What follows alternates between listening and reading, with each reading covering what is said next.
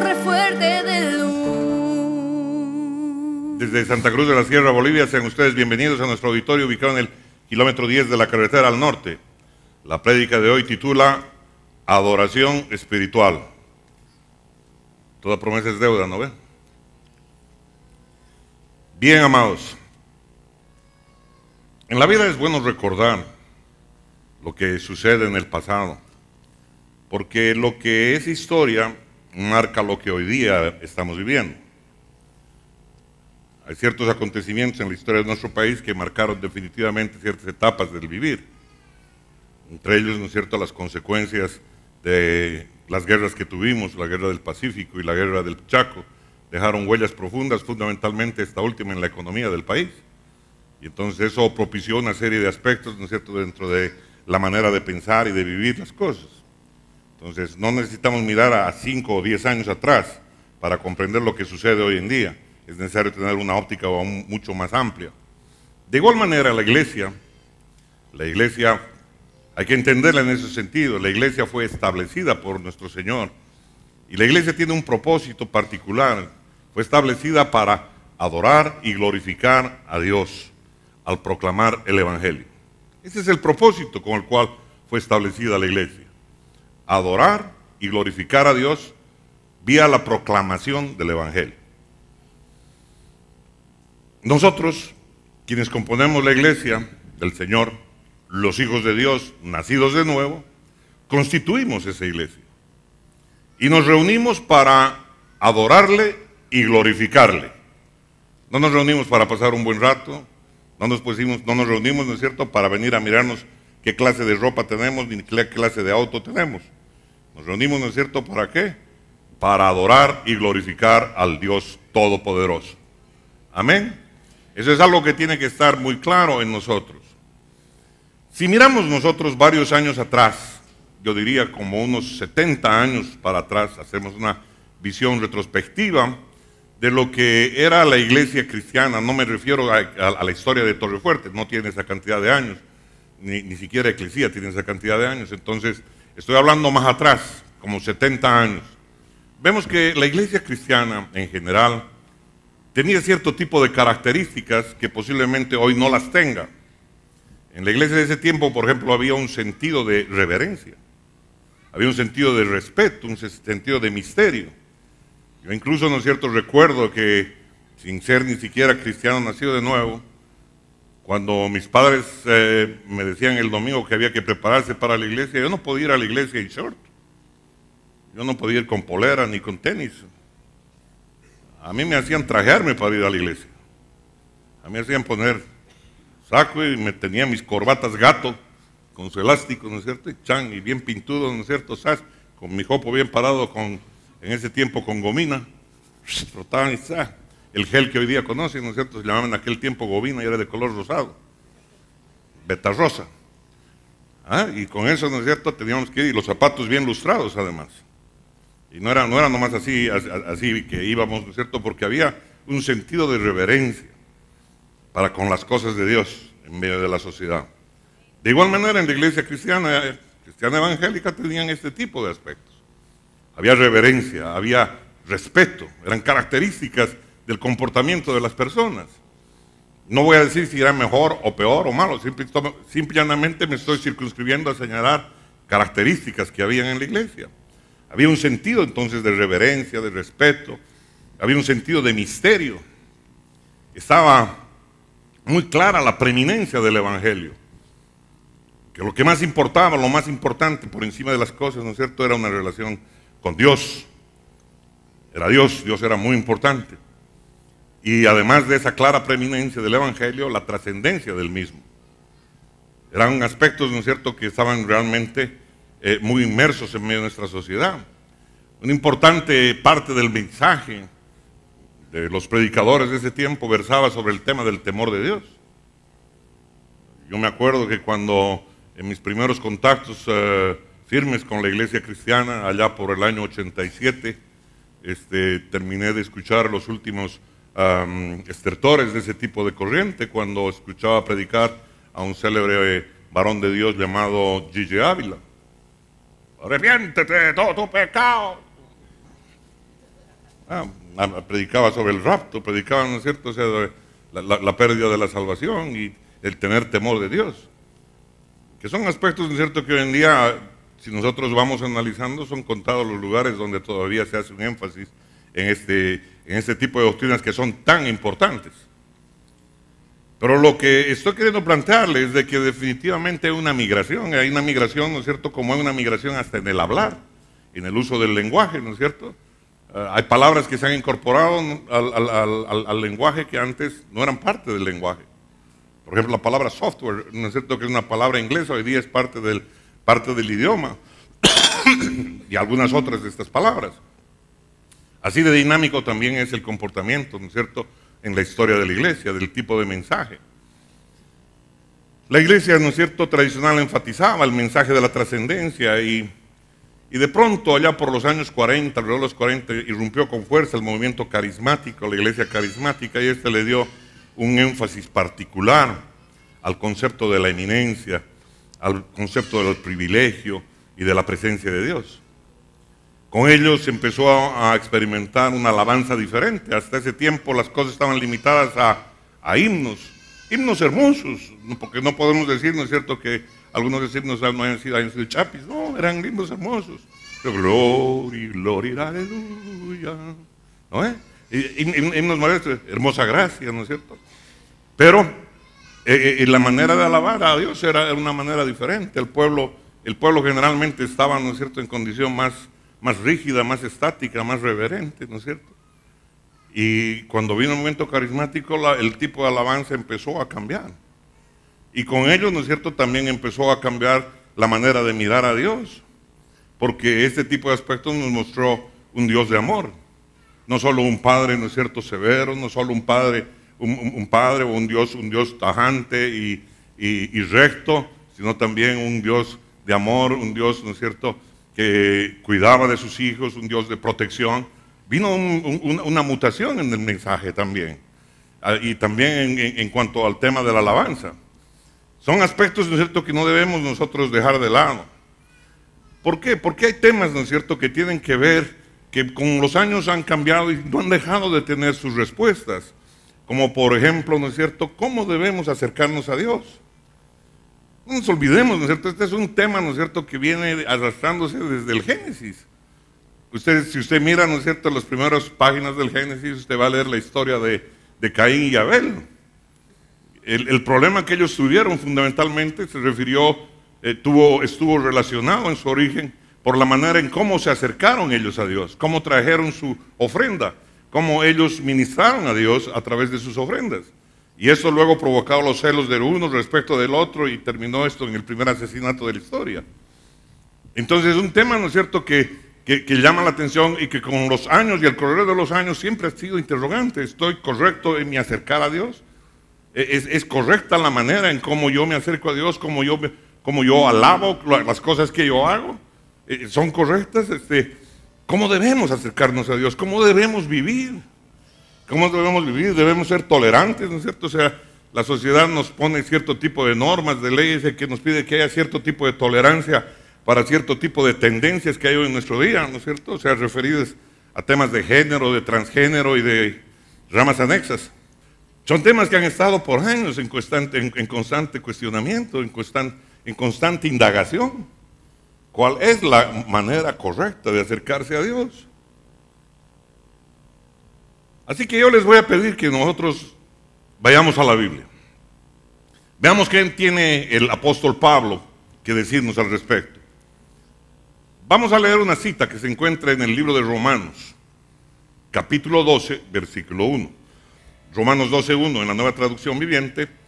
Por lo tanto, amados hermanos, les ruego que entreguen su cuerpo a Dios por todo lo que Él ha hecho a favor de ustedes. Que sea un sacrificio vivo y santo, la clase de sacrificio que a Él le agrada. Esa es la verdadera forma de adorarlo. ¡Wow! ¡Qué concluyente el apóstol! Nos está dando en un solo versículo y nos está diciendo, esta es la verdadera forma de adorar a Dios.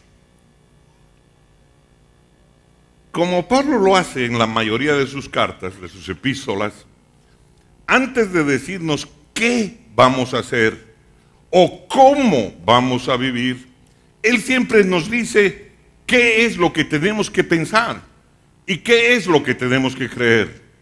A Pablo usted no lo va a ver diciéndonos, esto es lo que tienes que vivir, así de esta manera. No, no, no. Primero te dice, así primero tienes que creer, así primero tienes que pensar, y luego te va a decir cómo tienes que vivir. Esta es una característica del ministerio de Pablo.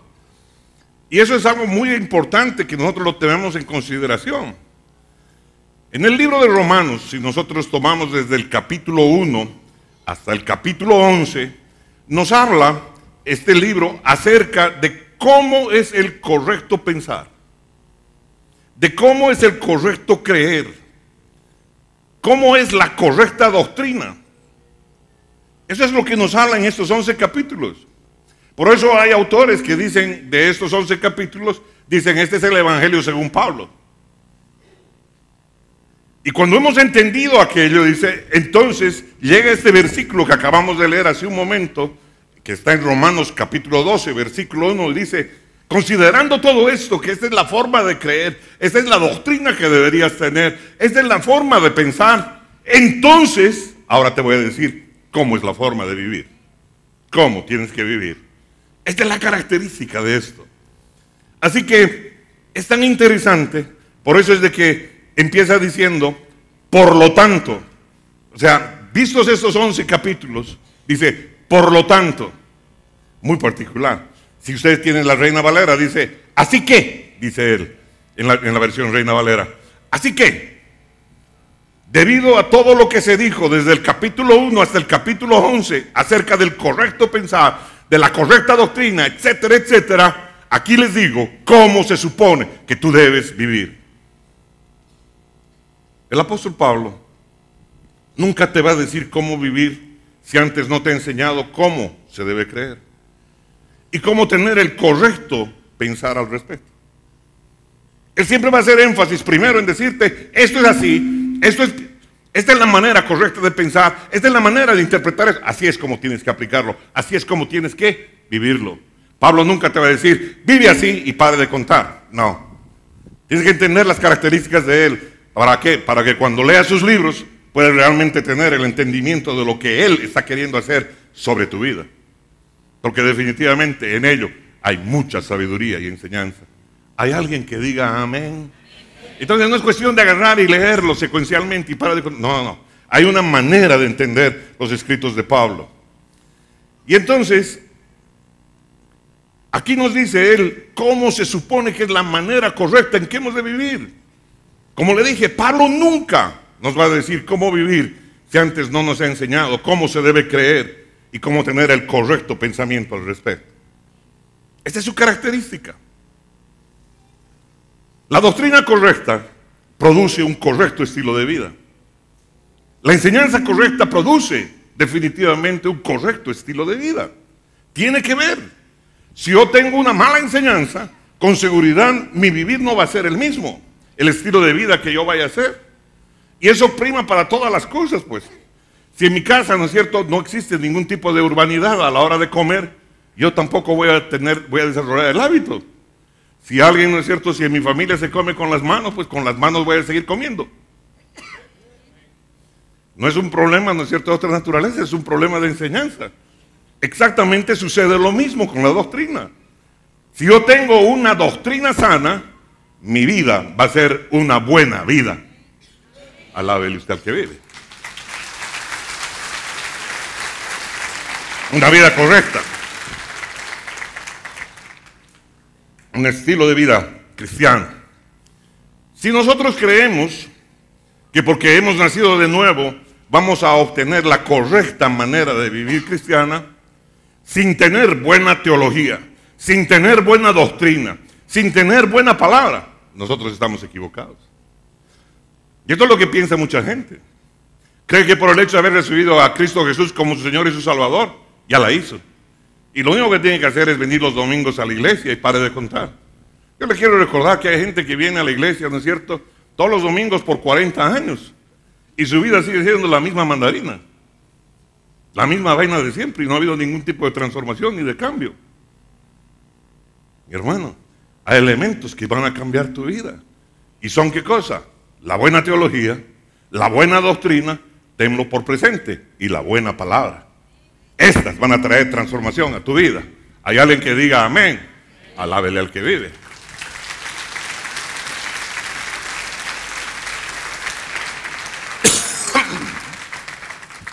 Entonces Pablo nos dice que debido a estos primeros 11 capítulos que él escribió en el libro de Romanos, los cuales hablan de la justificación, hablan del pecado, etcétera, etcétera, nos dice, después de todo esto, aquí está lo que deben hacer. Aquí empieza lo que tienen ustedes que hacer. La vida de los cristianos debe responder a lo que Dios hizo por nosotros. No es Dios respondiéndonos. Somos nosotros quienes tenemos que responder a lo que Él hizo. ¿Y qué es lo que Él hizo? Él fue a la cruz del Calvario. Él mandó a su Hijo subió a la cruz del Calvario, dio su vida por nosotros, murió y resucitó. Ándele, a eso, ¿cuál es nuestra respuesta? Alábele al que vive. Alábele. No es que nosotros hacemos cosas y Dios responde. Somos nosotros quienes, mirando lo que Él hizo, respondemos apropiadamente a Dios. Y esto es algo que es tremendamente importante. Porque entonces Pablo dice, entreguen su cuerpo en sacrificio vivo. Ándele, entreguen su cuerpo en sacrificio vivo.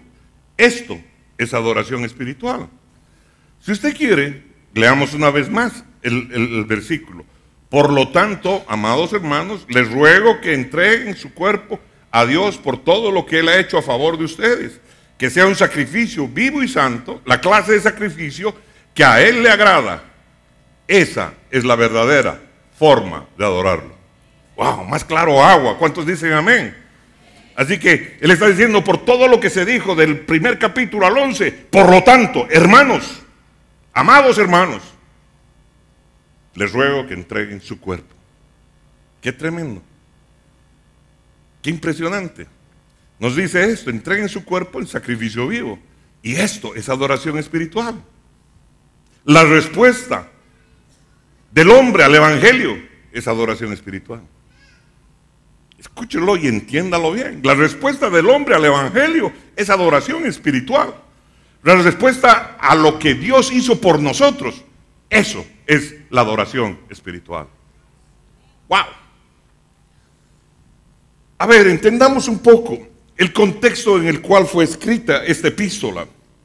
No se olvide que esta fue una carta escrita a los romanos. Pablo estuvo 3 años allí en Roma, de los cuales más de 2 estuvo allí en la cárcel. Allí había una manera de vivir, una cultura, una sobreposición cultural, había un contexto, el contexto romano en el cual fue escrita esta epístola. ¿Qué era allí en aquel tiempo adoración espiritual? Recordemos, los romanos tenían muchos dioses. Los romanos tenían muchos ídolos. Es más, los romanos tenían, ¿no es cierto?, hasta un culto de adoración al emperador, como en muchos lugares, ¿no es cierto?, hay cultos de adoración a ciertas personas. Allí, en la Roma pagana, eso es lo que caracterizaba. Muchos dioses, muchos ídolos, e incluso la adoración al emperador. Esta era la característica de los romanos paganos. Pero, ¿qué era adoración espiritual? Cuando no se trataba de romanos paganos, cuando las personas eran judías. Para el judío tenía también su entendimiento de lo que era adoración espiritual. Para él era un sinónimo de templo, era un sinónimo de sinagoga. Eso es lo que había aprendido. Eran los lugares donde él iba a adorar a su Dios. La sinagoga, el templo. Y lo tenía muy claramente establecido. ¿Y qué era para los creyentes? Porque ya en ese tiempo había un cúmulo de creyentes. Y los creyentes en su gran mayoría en aquel tiempo tenían un bagaje, tenían unas raíces de carácter judías. La mayoría de ellos eran, ¿no es cierto?, de ascendencia judía. Y entonces para ellos, ¿qué era la adoración espiritual? Y para ellos la adoración espiritual no era otra cosa que sinagoga, templo, a más de. Empezaba a abrirse un aspecto interesante. adoración en los hogares. ¡Wow! Este es el contexto en el cual es escrita esta porción de la palabra. Las palabras, por eso, las palabras servicio y adoración son palabras muy cercanas. Y es por ello que en algunas traducciones de la Biblia se utilizan la palabra servicio y en otras palabras se utiliza la palabra adoración. Y de allí tenemos algunas traducciones que nos hablan del servicio razonable. Si usted mira a la Reina Valera, ¿no es cierto?, presente en su en culto racional, dice la palabra. Entonces hablan, ¿no es cierto?, del servicio razonable, y en otras habla de la adoración espiritual, como en el que acabamos de leer. Entonces, es importante que nosotros entendamos qué es lo que nosotros vamos a entender por adoración espiritual. En primer lugar, adoración espiritual es un algo plural, no es algo singular. Porque la porción de la palabra que hemos leído nos dice, por lo tanto, amados hermanos. No dice, por lo tanto, amado hermano. Nos está diciendo, le está hablando a un grupo plural de personas. Está hablando en plural, no está hablando en singular. Por lo tanto, la adoración espiritual no se hace de manera singular, se hace de manera plural.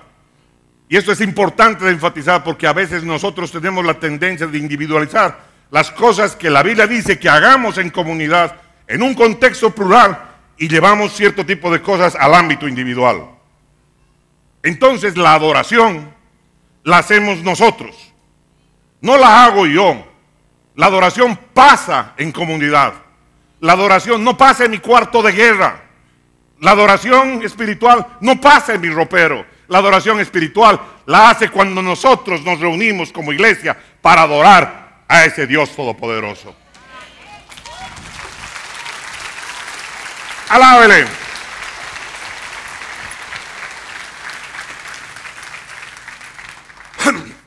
Muchas de las oraciones que hay en el Nuevo Testamento son plurales, como el Padre Nuestro. No dice Padre mío. Enséñanos a orar, Señor. Ustedes dirán, Padre mío. No. Padre Nuestro. Y nuestro es plural. Y es importantísimo que nosotros entendamos esto. Lo que la palabra enseña como singular en singular y lo que la palabra enseña como plural en plural. Porque entonces nos está hablando de acciones que tenemos que tomar en comunidad. Nos está hablando entonces de la oración comunitaria. La oración comunitaria tiene un efecto importantísimo. Por eso es que nosotros hemos hecho ahora un lugar donde las personas de esta casa van a tener donde ir a orar en particular, cada que tenga una necesidad de buscar a Dios. Ahí, cuando estén reunidos, nos queremos reunir entre 3 o 4, que no puede hacerlo en tu casa solo, lo pueden hacer. Pero ¿sabes qué? Hay un propósito diferente cuando lo hacemos en comunidad. Alábele al que vive. Alábele, alábele.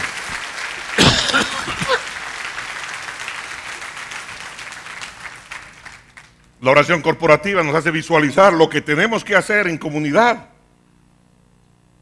Mucho de la adoración de nuestro tipo, de nuestro tiempo, se ha vuelto yo y ustedes, en lugar de nosotros.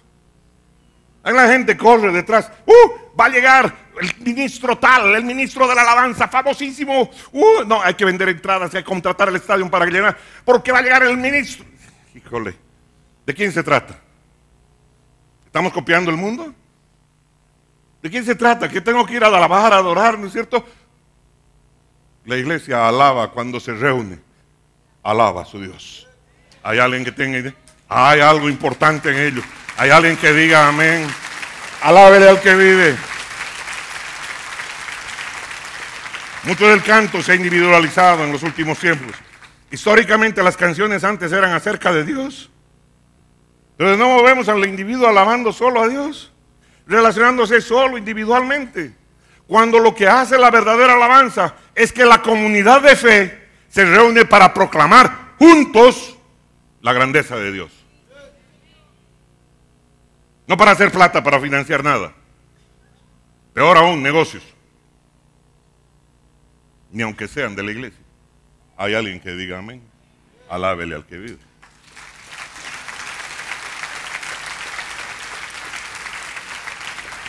Ahora resulta que los individuos solo perseguimos la intimidad personal. ¿Cuándo lo hacemos? Y los que lo hacemos. Hay una gran diferencia entre lo que se hace ahora y lo que se hacía ayer. El concepto de intimidad personal ha empujado para un lado y lo ha arrinconado al concepto de la santidad, olvidando de que sin santidad nadie verá a Dios. ¿Desde cuántos púlpitos se predica esto? Es un mensaje que se ha dejado de lado. Para muchas iglesias la búsqueda de la santidad era el foco. Eso ha cambiado en nuestra generación. Pero dejando la reflexión, volvamos a nuestro Romanos 12:1. Y continúa Pablo y dice, entreguen su cuerpo. Entreguen su cuerpo. Óigame, esto no es algo pasivo. Esto es un algo activo. Esto no es pasivo, mi hermano. Entregar o presentar es algo que hacemos. No es algo que experimentamos. Qué importante es esto. La adoración espiritual es algo que nosotros hacemos. La adoración espiritual no es mística. No es en silencio. La adoración que nosotros hacemos es física. ¿Lo está entendiendo? Presenten sus cuerpos. Preséntenlo. Háganlo. Esto es movido. ¿Hay alguien que diga amén? Esto es activo. Esto no es pasivo. Esto no es... No me muevo. No digo... ¿Hay alguien que diga amén? Alábele al que vive. La adoración entonces no es mística. La adoración es algo que nosotros hacemos. Lo que hacemos con nuestro cuerpo, cuando nos reunimos a adorar a Dios, va a Dios como adoración espiritual. Cuando estamos parados, cuando estamos arrodillados, cuando estamos postrados, cuando estamos cantando, cuando estamos saltando, cuando estamos gritando, cuando estamos levantando manos. Todas esas acciones suben a la presencia de Dios. Alábele. Alábele al que vive.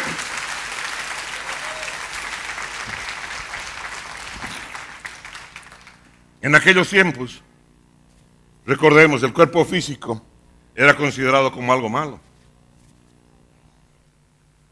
De la carne, la que me lleva al pecado, la que me induce al pecado. El cuerpo físico era considerado como algo malo, era carnal. Era lo que me ata a este mundo. Es lo que hay que satisfacer, los deseos de la carne. Y el cuerpo místico era lo que se veía como lo bueno. Pero viene Pablo, viene el apóstol Pablo y dice, no, Tribis, no es así. No es así. Lo que haces con tu cuerpo es aceptable a Dios. Es algo físico. Hay alguien que diga amén. Alábele al que vive.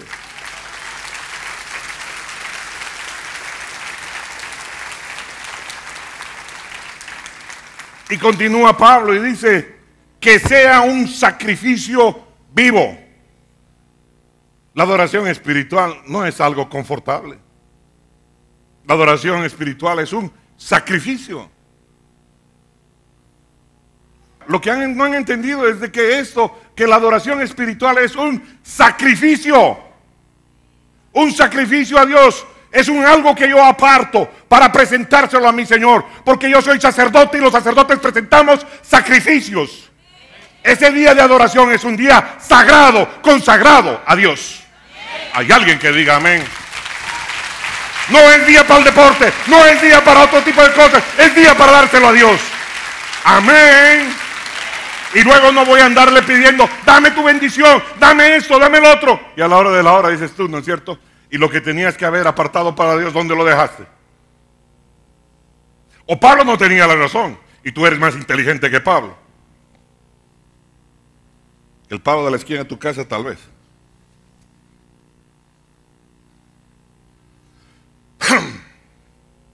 No entendemos lo que es un sacrificio. Nos han dado el rango de sacerdotes y no hemos entendido, se nos ha predicado al respecto y no hemos entendido lo que significa ser sacerdote. Somos un pueblo de sacerdotes. Oh, gloria a Dios. dónde saca el sacerdote? ¿Cuándo presenta sacrificio? ¿Cuándo tiene el corazón para presentar correctamente el sacrificio a ese su Dios al que dice adorar? Hello. Y luego queremos cambiar las naciones. Y luego queremos pararnos y creemos que porque hablamos y oramos en voz alta estamos haciendo grandes transformaciones. ¡Mentira! Nos estamos engañando. Necesitamos volver a conquistar lo que la palabra dice que tenemos que conquistar. Amén, amén. Es un sacrificio vivo, dice. Y Pablo dice, y continúa, dice, y santo, dice. Y santo. Porque la adoración espiritual no está centrada en el hombre. La adoración espiritual está centrada en Dios, no en las personas. Es presentada a Dios. Es por Dios y es para Dios. No es para complacer a nadie. No es para que nadie venga y diga, ay, mira, qué bonitos, no, están a la moda. Mira, las hermanitas están usando tacos de 15 centímetros, mira. Mira sus plataformas, de moda está, mira su traje. No es para venir a mirarnos. Es para venir a adorar a ese Dios. Es para exaltar al Rey de Reyes y Señor de Señores.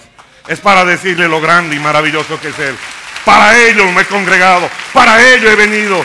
No he venido a ver si tengo nuevas cosas o qué otras cosas he conquistado o mi iglesia ha conquistado. He venido a adorar al Dios Todopoderoso, al que me bendice, por el que respiro, por el que como. Hay alguien que diga amén. Alábele entonces a usted al que vive.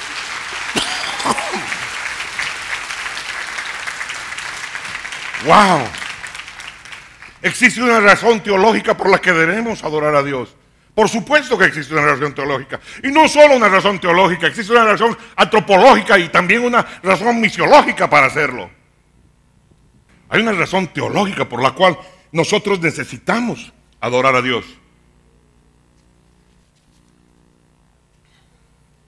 Dios es digno. Dios es digno y merece mi adoración. Esa es la razón teológica. ¿Qué más necesito? Dios es digno de mi adoración. Dios es digno, se merece mi adoración. Lo que Él ha hecho, lo que Él es, merece mi adoración. ¿Hay alguien que diga amén?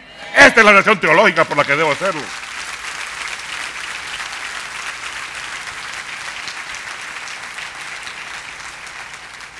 ¿Y la razón antropológica, pastor?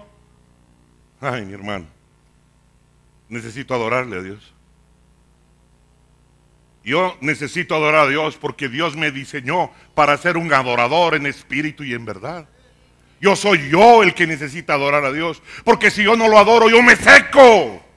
Si yo no lo adoro, yo me pudro. Si yo no me adoro, yo me muero. Yo necesito adorar a Dios y necesito adorarlo al lado de los otros carbones encendidos que hay en la casa de mi Señor. ¿Hay alguien que diga amén? Para que no me enfríe, para que no me apague, para que no me muera. ¿Cuántas personas vienen y me dicen, ay, ya no me siento aquí? Claro que no te sientes porque hace rato que te apartaste. Tú te apartaste. No le eches la culpa. Ay, nadie me busca. ¿Qué te tienen que buscar y no buscar? Ven a adorar a Dios con el corazón correcto y vas a encontrar lo que necesitas encontrar. Porque Dios está en este lugar. Hay alguien que diga amén. Alábele al que vive. Alábele. Y hay también una razón misiológica. Por supuesto que sí.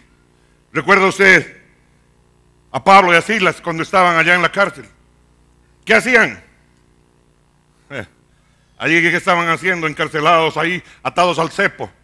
Ellos empezaban a cantar, cuán grande es el Señor, cuán grande es mi Dios, maravilloso mi proveedor, mi amamantador, mi guardador. Adoraban en la cárcel, cantaban en la cárcel, en medio de los presos, en medio de los guardias. Ellos cantaban. ¿Por qué? Porque la gente está oyendo, la gente está mirando, la gente está atenta. ¿Qué están haciendo los cristianos? Ustedes ni lo perciben. Los ojos del mundo están sobre nosotros. La gente nos conoce, la gente sabe.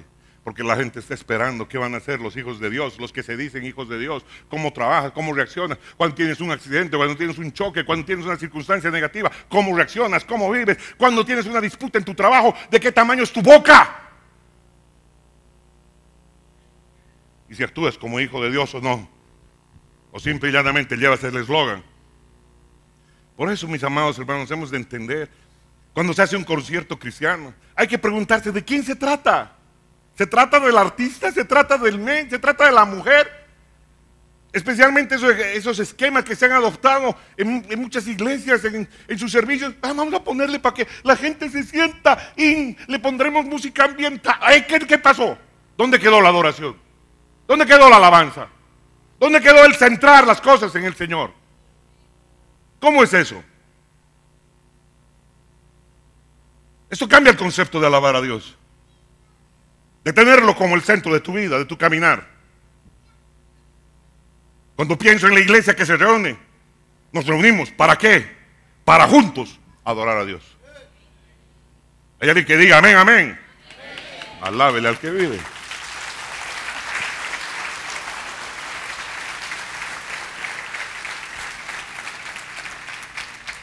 Hemos de entender entonces que ¿para qué nos reunimos? ¿Con qué corazón lo hacemos? ¿Y cómo lo hacemos? ¿Cómo hemos de vivir este acercamiento con el Dios Todopoderoso? ¿Hay alguien que diga amén? En otra ocasión hablaremos cómo después de la reunión tenemos que salir a cumplir la tarea que Dios nos ha dado. Ahí donde está, Padre, te pedimos, Altísimo Dios, que tú le des vida, Padre amado, Señor, a este mensaje en el corazón y en la mente de cada uno de mis hermanos. Y, Padre amado, traigas una transformación sobre nuestras vidas, de la manera en cómo, Padre amado, Señor, nos reunimos, Padre Santo, Señor, el por qué y el para qué y cómo vivimos, Padre amado, Señor, esta experiencia de presentarnos delante de tu presencia, Señor amado, a ser ministrados y a ser bendecidos, Padre amado, en una adoración colectiva, Padre Santo, Señor, como está establecida en tu palabra. Te alabo y te bendigo y te doy gracias por el entendimiento que tu Espíritu Santo nos trae. Esto lo vamos a vivir a plenitud, en el nombre poderoso de Cristo Jesús. Ayúdanos, Señor. Amén y amén. Dele un aplauso al Rey. Déselo desde lo más profundo de su corazón.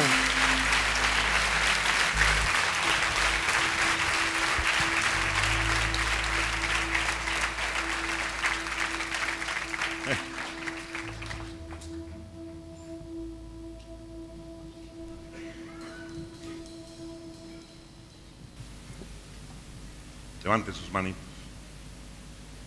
pero hágalo de su corazón y háblele a su Dios. Mientras el grupo de alabanza está en este momento, dentro de este coro hermoso, empieza a ministrar a ese Dios maravilloso, háblele usted de su corazón a ese su papá al que ha venido hoy día usted a adorar.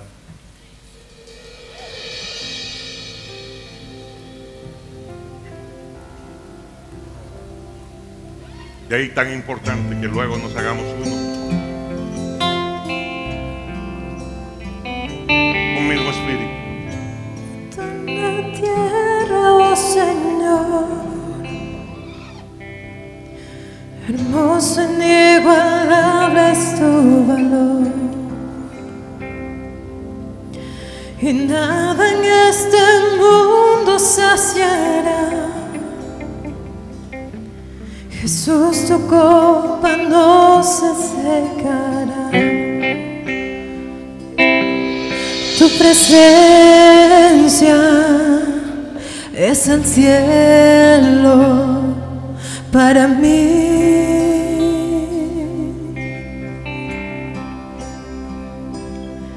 Tu presencia es el cielo para mí.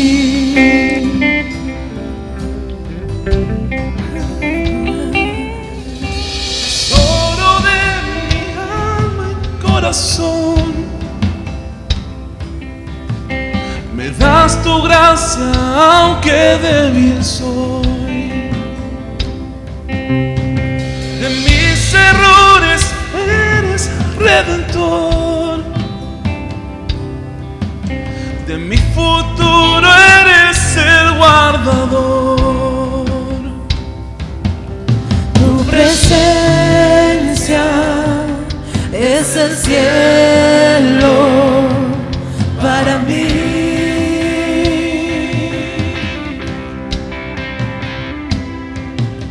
Tu presencia es el cielo para mí.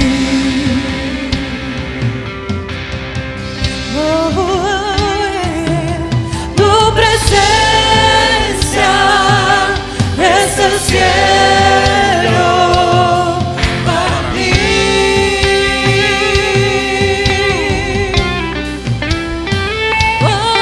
Tu presencia es el cielo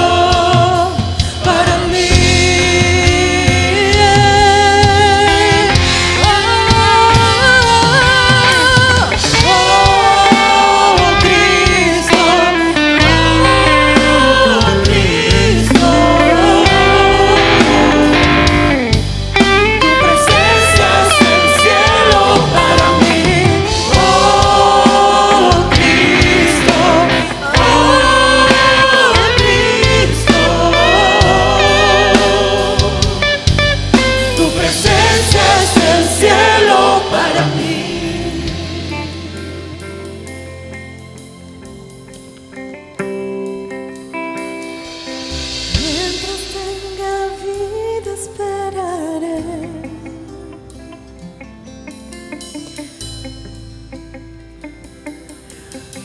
Cuando cara a cara te veré y nada en este mundo saciará. Jesús, tu copa no se secará. Jesús, tu copa no se secará.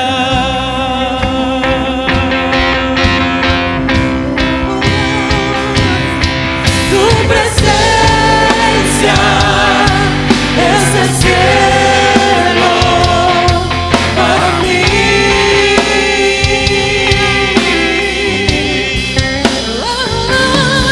Tu presencia es el cielo para mí.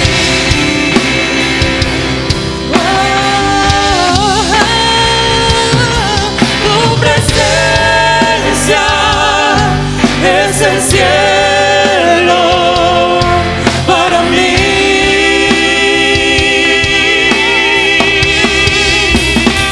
Señor, tu presencia es el cielo para mí.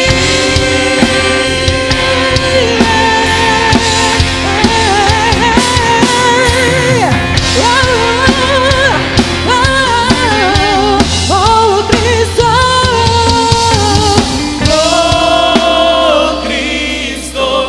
Oh Cristo,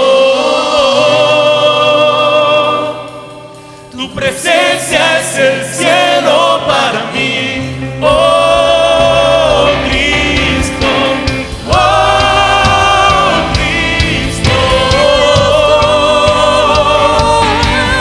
tu presencia es el cielo para mí. Oh Cristo,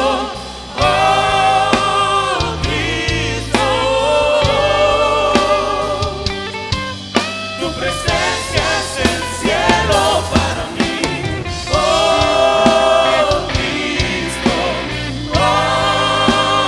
Cristo, tu presencia es el cielo para mí.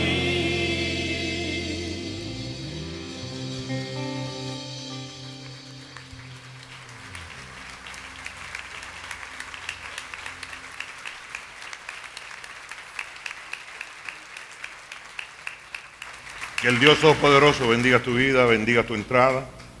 Que esta sea una semana llena de la bendición de Dios en tu vida. Haya paz en tu familia, haya paz en el barrio donde vives. Dios bendiga a Bolivia. Que le vaya bien. Amén.